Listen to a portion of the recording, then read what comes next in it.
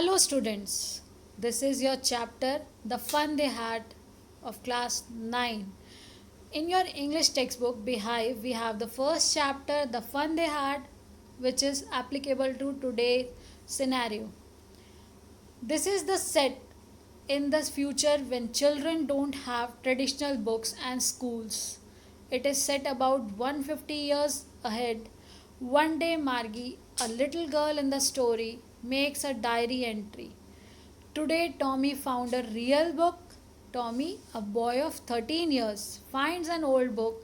He had heard from his grandfather that there used to be books and separate spacious buildings for schools. When he finds a real book from the attic in his house, he is excited. Tommy and Margie start reading the book and find a lot of new information about the old system of education. ये story बेटा आपकी बताती है कि अगर 150 years के बाद अगर स्कूल होगा, जो बाय द चांस अभी पेंडेमिक की वजह से हम लोग घर पर रहकर भी ऑनलाइन स्टडीज़ कर रहे हैं, तो हम समझ सकते हैं कि हमें कैसे अकेले बैठकर एक रेगुलर टाइम पे अपने काम को करके सबमिट करना होता है in the given time period. तो वही वो बच्चे उस समय एक इमेजिनेशन की गई इज़ैक एजिमोव जो हमारे राइटर हैं उनके द्वारा कि 150 साल के बाद अगर जो स्कूल होगा और उस समय उन बच्चों को अगर हमारी जो ट्रेडिशनल बुक्स हैं मिलेंगी या वो हमारे स्कूलों के बारे में जानेंगे तो उन्हें कैसा लगेगा. तो ये जो चैप्टर है कि ये डायरी एंट्री के फॉर्म में आपको दिखाया गया. आपको डायरी एंट्री की मैंने वीडियो भी दी थी. तो डायरी एंट्री क्या है, आप नोट डाउन करते हैं कोई भी चीज़. जब आपके आई बटन पे मैंने वो वीडियो दोबारा आपसे शेयर भी किया इस वीडियो में, तो आप देखेंगे कि डायरी एंट्री है जो हम अपने मोमेंट्स को नोट डाउन कर लेते हैं. जो भी हमने पूरे दिन में अच्छा बुरा हमारी फीलिंग्स हम सबको नोट डाउन करके अपने एक्सप्रेशंस को उसमें कहीं ना कहीं इकट्ठा कर लेते हैं. तो वो मार्गी जो है वो छोटी है, वो 11 इयर्स की है और उसका ब्रदर है टॉमी जो बड़ा है वो 13 इयर्स का है. उन्हें एक पुरानी बुक मिली है. तो वो बुक जो है वो दादाजी ने कभी उन्हें बताया था उसको भाई को कि पुराने स्कूल हुआ करते थे, बहुत स्पेशियस बिल्डिंग्स होती थी. तो ये बुक उनको कहाँ मिली, जो आपको पता है कि छत से नीचे रूफ़ के नीचे हमें थोड़ा सा हम स्पेस बना लेते हैं जो एज अ स्टोर यूज़ होता है, जिसे कहा जाता है एटिक. आपकी वर्कशीट जो है वो भी इसी पे बेस्ड है, जो इसके साथ ही आपको मैं वीडियो का लिंक अटैच कर दूँगी. वो वर्कशीट आपके लिटरेचर के पैसेज पर ही बेस्ड है और इसी चैप्टर का वो पैसेज है. तो एटिक स्पेशली क्या है, एटिक आपका है परछत्ती. In his house he is excited. वो उस बुक को देखकर भी एक्साइटेड है. क्यों? क्योंकि उसके वर्ड्स अब चल नहीं रहे. वो यूज टू हैं देख के कि उनके जो कंप्यूटर पे वर्ड्स मूव करते हैं. कंप्यूटर पे आप देखते हो एनिमेशंस होती हैं, जो रिटन मटेरियल है वो ऊपर नीचे मूव करता है, लेकिन हमारी जो ट्रेडिशनल बुक्स हैं उसमें वो मूव नहीं करते. तो वो उसको देख के बहुत हैरान है. ये ओल्ड सिस्टम ऑफ एजुकेशन के बारे में बुक है. तो वो सब कुछ जानकर बहुत एक्साइटेड भी हैं और सरप्राइज्ड भी हैं. Then next passage is Tommy and Margie do not have formal schools and human teachers. क्योंकि उस समय में कोई फॉर्मल स्कूल हमारी तरह एक स्कूल नहीं है, उनका कोई ह्यूमन टीचर नहीं है. वो एक रूम में the next room to their bedroom is their classroom. उनके खुद के बेडरूम के साथ में ही जो रूम है वो उनका क्लासरूम है. They have mechanical teachers. और वो मैकेनिकल टीचर क्या है, कंप्यूटर है उनका, जो पर्सनल कंप्यूटर है उस पर उनको एक पर्टिकुलर टाइम पर रेगुलर बैठना है, उतने घंटे पढ़ना है और अपना जो शेड्यूल्ड है उसके अकॉर्डिंग उनको अपना होमवर्क भी उसमें भेजना है. Except Saturday and Sunday. Saturday Sunday जैसे छुट्टी होती है इस तरह से उन्हें उसके लिए नहीं बैठना. तो मार्गी had regular days and hours for school. This was because her mother believe that learning at regular hours helped little girl learn better. Her mechanical teacher was also on at the same time every day except Saturday and Sunday. The teacher has a big screen showing all the lessons and questions.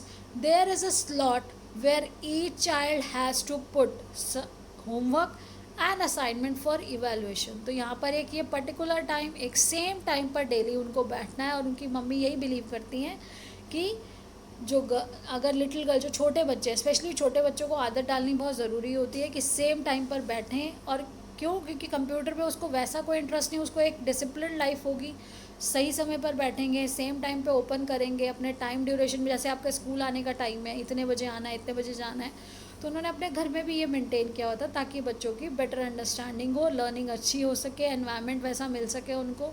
तो जो teacher है उसका कैसा है, big screen है, जो computer है उसका बिग स्क्रीन है जिसपे लेसन्स हैं, उसके क्वेश्चंस हैं। There is a slot where each child has to put homework and assignment for evaluation. एक टाइम है कि इतने बजे तक या इतना काम करने के बाद आपके क्वेश्चंस आ जाएंगे, असाइनमेंट आ जाएंगे जो आपको पूरा करके डालने हैं, तभी आप आगे खोल पाएंगे उसको। The mechanical teachers can be adjusted to fit the mind of the student. अगर बच्चा धीरे धीरे सीख रहा है तो वो मैकेनिकल टीचर धीरे धीरे अपने मॉड्यूल्स को अपने खोलेगा, सिस्टम को धीरे धीरे आगे बढ़ेगा। If there is any fault, अगर उसमें कोई फॉल्ट आ गया, इट कैन बी करेक्टेड, उसे ठीक किया जा सकता है। When Margie performance is not up to the mark in geography, जब वो जोग्राफी में अच्छा नहीं कर पा रही थी तो हर टीचर इज़ रीएडजस्टेड, उसके टीचर को दोबारा एडजस्ट, उस कंप्यूटर की स्पीड को, उसका जो भी वहाँ पे स्पेसिफिकेशंस है जो उसमें फीड की गई हैं, उन्हें सबको ठीक करना ज़रूरी था। तो मम्मी ने क्या किया होगा, मम्मी ने उसको ठीक करने के लिए काउंटी इंस्पेक्टर को बुलवाया। The Margie was working hard under the guidance of the mechanical teacher, but there was no improvement in her performance. वो काम कर रही थी लेकिन उसकी परफॉर्मेंस इम्प्रूव नहीं हो पा रही थी, क्योंकि उसका जो सेटअप था वो उसके अकॉर्डिंग, उसके उसके मेंटल लेवल के अकॉर्डिंग नहीं काम कर रहा था।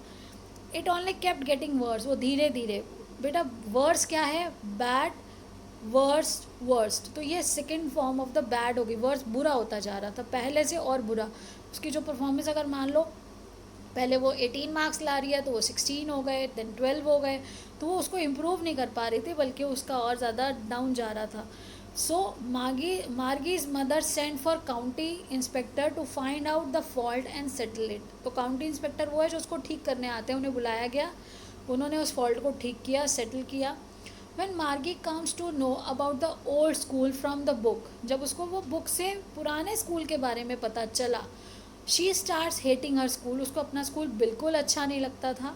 She likes the old school more than her own, उसका खुद का जो स्कूल है जो वो कंप्यूटर पे पढ़ रही है उसे उससे ज़्यादा अच्छा स्कूल वो लगता था, जो उसने बुक अपनी उस बुक में पढ़ा। उस पुराने स्कूल के बारे में जानकर वो बहुत खुश थी और उसी के बारे में सोचती थी। She thinks what fun the kids might be having studying, playing and enjoying together.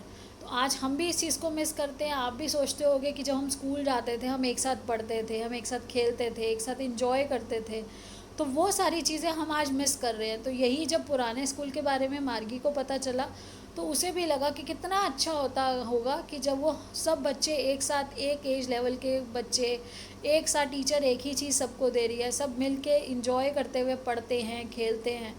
तो इसमें जो मेन क्वेश्चन है वो क्वेश्चन भी मेन यही है, डू यू एग्री।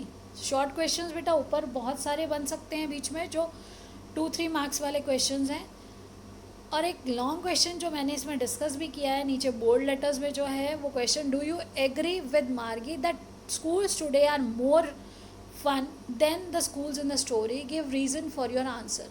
तो आज आप इसको इमेजिन भी कर सकते हो, क्योंकि ड्यू टू कोविड-19 पेंडेमिक हम लोगों ने भी वही सिचुएशन अब हम फेस कर रहे हैं कि आज हम भी नहीं जा सकते, हम भी सबके साथ एक साथ नहीं रह सकते, खेल नहीं सकते, पढ़ एक साथ नहीं सकते।